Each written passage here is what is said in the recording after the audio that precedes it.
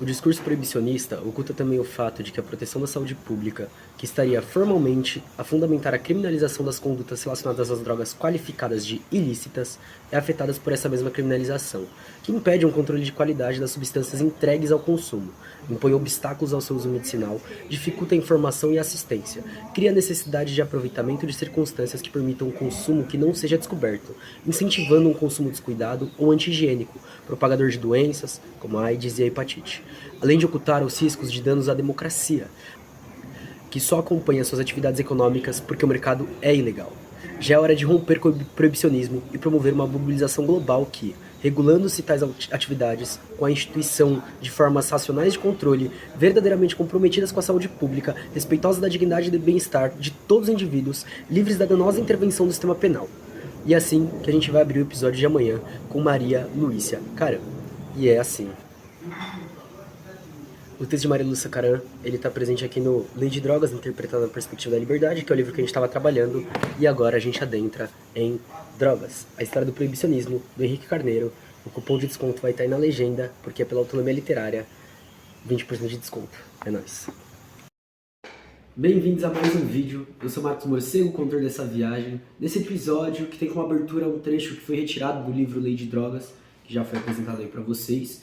A gente passa para o próximo livro em debate, que é o Drogas, a História do Proibicionismo, de Henrique Carneiro, pela editora Autonomia Literária, que inclusive pode ser adquirido pelo site com o cupom de 20% de desconto, hashtag Morcego na Autonomia, vai estar tudo na descrição.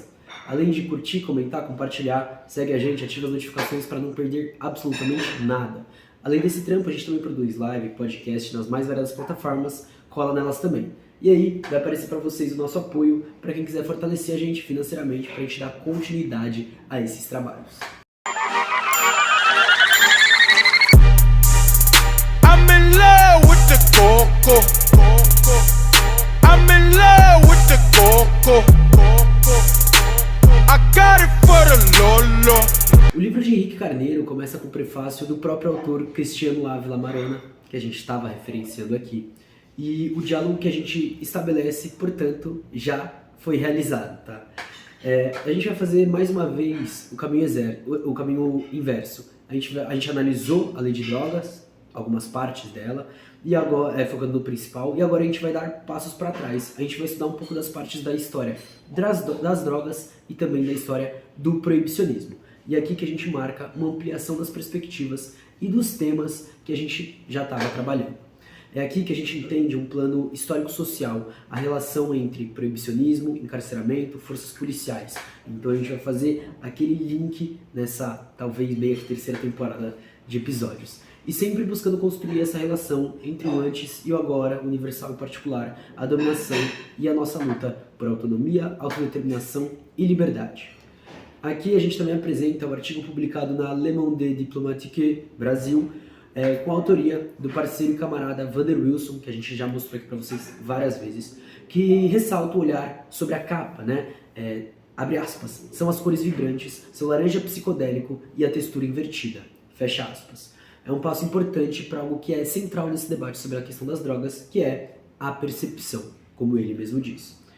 Diferentemente dos episódios passados, que a gente trabalhava com certas questões um pouquinho mais técnicas, aqui a gente começa pela época moderna, que é marcada pela expansão das navegações e a constituição, a partir da Europa, de um sistema econômico, político e militar mundial baseado na exploração de recursos ultramarinos, que se tornaram algumas das principais mercadorias da acumulação do capital, da alteração da vida cotidiana e da cultura alimentar e farmacológica ocidental.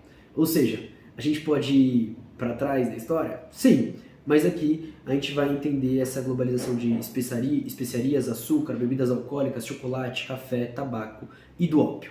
Também a gente vai entender esses elementos dentro de uma cadeia de produção e de tráfico mercantil.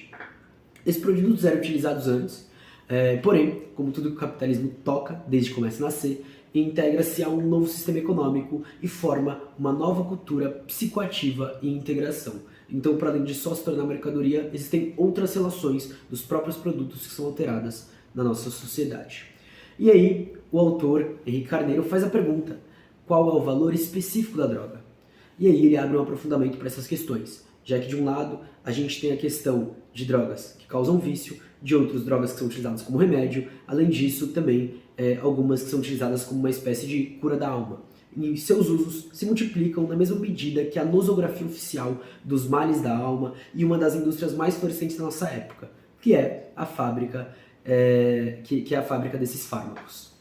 Com o desenvolvimento do capitalismo mercantil e industrial, as drogas se tornaram presentes em todas as atividades. Drogas para trabalhar, para dormir, para fazer sexo, para vencer a tristeza, o cansaço, o tédio, o esquecimento, a desmotivação. Cada vez mais, a modulação e a modulação química da subjetividade se tornam determinantes, não só na economia estrito sensu das sociedades, mas também nas economias psíquicas. Então, a história das drogas, que é escrita, é a história da formação das formas de mercado, mas também das consequentes representações culturais e políticas de repressão, incitação ou de tolerância. Um bom exemplo é na nossa vida social, em espaços para o consumo de café ou de outras bebidas, que se tornaram uma esfera pública associada com a constituição da burguesia e do operariado como classes, onde os cafés e as tavernas sediavam a vida pública em seu intercâmbio social. Inclusive, a gente tem até elementos audiovisuais disso, né? Se a gente pensar em How I Met Your Mother ou também em Friends, e inclusive no uso de maconha em certos países que é legalizado dentro do que eles chamam de coffee shops. Enfim, só para dar mais exemplos aí. Voltando agora para o foco, as drogas, que parecem produtos fáceis de identificar, têm como efeitos resultados de sínteses particulares entre moléculas, indivíduos e sociedades. Ou seja, só são farmacológicos quando em interação com o organismo vivo, afetando a sensação, a consciência, a memória, o humor e o próprio afeto, e se constitui, assim, numa chave cultural. Possui uma nova significância, deixando de ser só existência e passando a ser interação. A economia das drogas passa a ser parte do sistema capitalista quando elas são tornadas mercadorias, quando a gente passa por um processo de fetichização e novas relações surgem com a proibição. São as externalidades, ou seja, os custos indiretos em perdas humanas ou sociais decorrentes, mas também do sistema de proibição e de sua imposição em escala global, o Law Enforcement, né? a força e a lei estadunidense em aplicação planetária. Se a proibição acaba por gerar o valor do tabu, as drogas tornam uma espécie de fruto proibido, tendo seu valor de signo para além do valor monetário do dinheiro, valem mais que tudo, a mais franca das moedas. E as drogas satisfazem carências muito diferenciadas, possuindo um denominador comum que se busca em todas, que é a sensação difusa do bem-estar, sendo por vezes buscado algo além, inclusive um excesso. E a resposta institucional, a resposta sistemática, é algo de necessidade estrutural. A manutenção do tabu, a formação da guerra às drogas, o embate criador do pânico moral. Mas aqueles que estão no topo dessa estrutura aproveitam que as drogas sempre foram, assim, um hipervalor. Mas no período moderno, e mais ainda no contemporâneo, essa condição foi elevada de forma exponencial. A separação em drogas lícitas e ilícitas abriu um espaço para a hipertrofia, o crescimento do valor.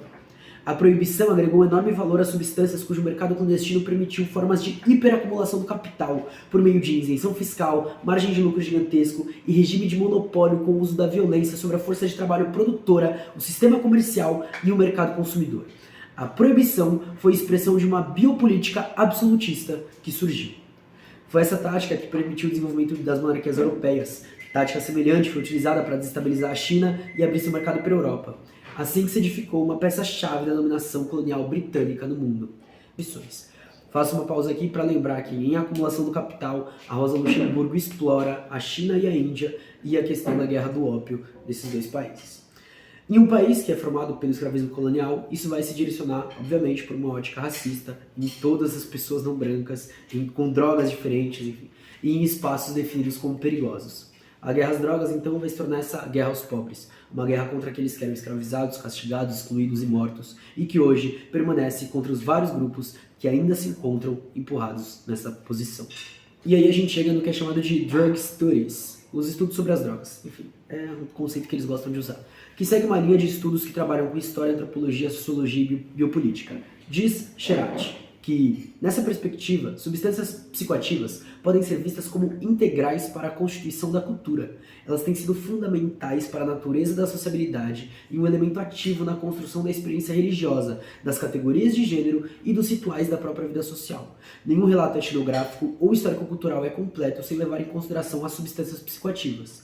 Elas têm sido centrais para a formação das civilizações, a definição da identidade cultural e o crescimento da economia mundial.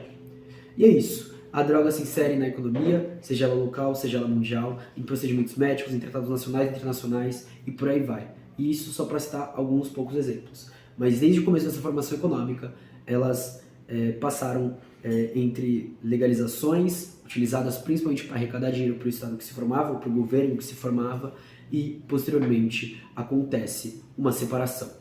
A historiadora Virginia B. Reed identifica essa separação ocorrida em duas grandes fases, após a Primeira e a Segunda Guerra Mundial, ao longo das quais se adotaram diferentes regulações. É quando separam, de um lado, álcool, tabaco e cafeína, legalizados, de outro, ópio, cannabis e a coca, ilícitos, proibidos. O café teve uma tentativa de proibição na Etiópia em 1511, foi por um ano, mas depois voltou a ser legalizado. No Egito em 1532, mas também não deu certo. Enfim, no próprio livro a gente tem inúmeros exemplos de tentativas com outras coisas que atualmente são completamente normais e cotidianas e muitas vezes nem consideradas drogas no nosso discurso.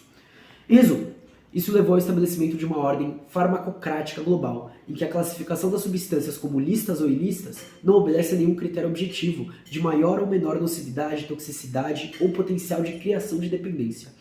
Essa farmacologia política, ou seja, as pessoas que coordenam a indústria, subordinaram a ciência para seus desejos. Se tornou, em boa parte da produção, sob aparato institucional, um veículo de justificativa a posteriori do status quo, o qual ela se preocupa apenas em reforçar. E aí depois você joga aí para pesquisar sobre tentativas de governos, principalmente o governo norte-americano, de forjar pesquisas em cima de drogas para certas proibições. Pesquisinha rápida, só joga alguma coisa assim que você vai achar. Bom, é com muita felicidade que a gente consegue dar um livro como concluído e abrir um novo livro e conseguir conectar e ver que essas pessoas já estavam em diálogo para essas produções muita felicidade a gente conseguir fazer esse avanço de discutir um pouquinho mais a fundo do que a gente geralmente debate, não só a própria lei de drogas, que é algo que eu acho que está mais em alta, mas a própria história do proibicionismo, para a gente entender de onde veio isso, por que veio isso, justamente para a gente conseguir colocar aqui no meio do nosso debate, no meio daquilo que a gente está discutindo, que existe uma decisão e essa decisão ela é baseada em ganhos políticos, em ganhos econômicos, em controle e, de outro lado, em extermínio de certas populações.